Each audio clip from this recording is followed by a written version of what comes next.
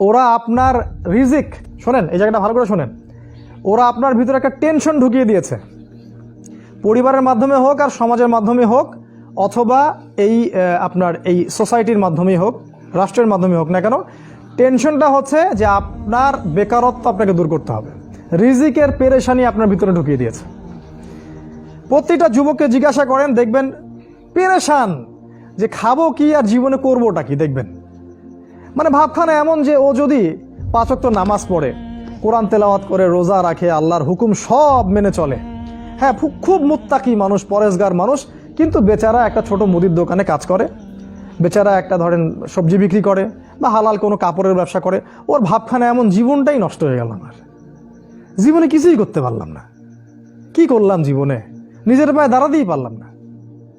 এই যে কনসেপ্টটা মাথার মধ্যে ঢুকিয়ে দিয়েছে, এটা ওই পশ্চিমাদের থেকে আসছে আর কি, পশ্চিমা থেকে দেশে দেশে, এই দেশ থেকে গভর্নমেন্ট এবং সমাজের মাধ্যমে সব যুবকদের মাথায় মাথায় জীবনে প্রতিষ্ঠিত হতে হবে, দাঁড়াতে হবে।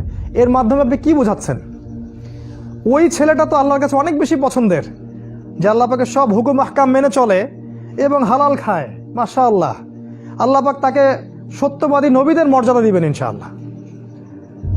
একজন যে ব্যক্তি সৎ ব্যবসায়ী, সে ব্যক্তি নবীদের কাতারে থাকবে কিয়ামতের দিনে। দুনিয়াতে আপনি তাকে মনে করছেন যে এ হচ্ছে কিছুই করতে পারলো না জীবনে, নিজের পায়ে দাঁড়াতেই পারলো না, জীবনটাই ধ্বংস হয়ে গেল।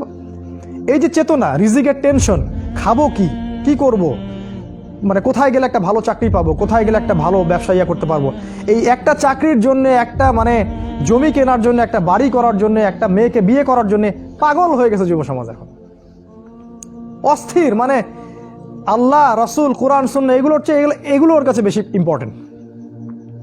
আর এর জন্য আমাদের পরিবারের কর্তারাও সমানভাবে দায়ী, অবশ্যই দায়ী, কারণ তারা ছেলে মেয়েদের মেন্টালিটি বুঝতে চান না।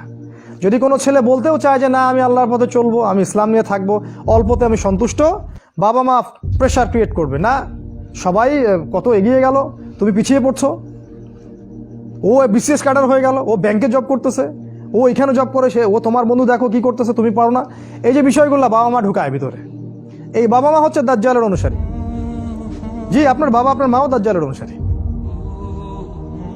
এবং এরকম অনুসারী দিয়ে সমাজ ভরা এখন। তো রিজিকের টেনশন এটা আপনার ভিতরে ঢুকিয়ে দিয়েছে।